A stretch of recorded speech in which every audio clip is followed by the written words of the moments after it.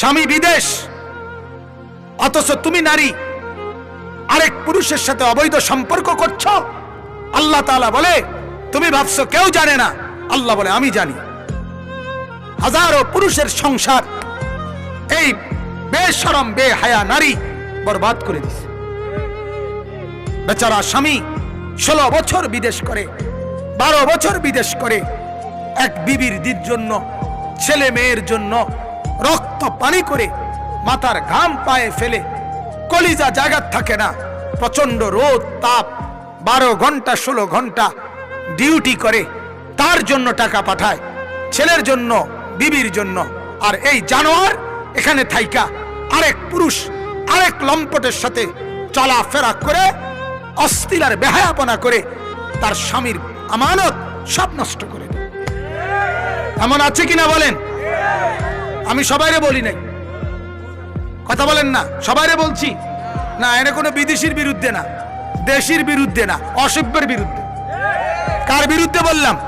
অসভ্য যে মেয়ে মহিলা, অসভ্য মহিলা, বেহায়া মহিলা, পরকীয়ায় আসক্ত যেই নারী,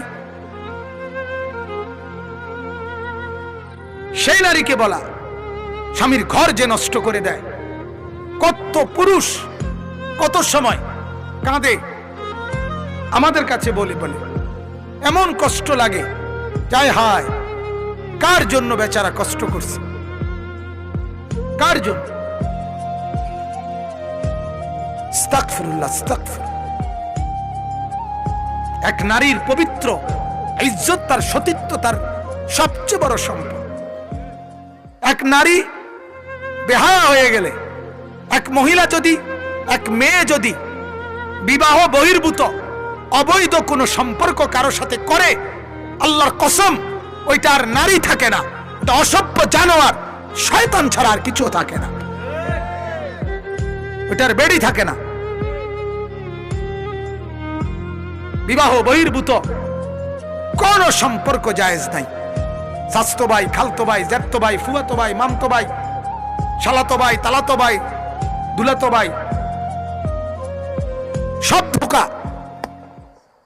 হাজারো মেয়ের জীবন নষ্ট, হাজারো ছেলে জীবন নষ্ট করে দিছে গুনার মধ্যে।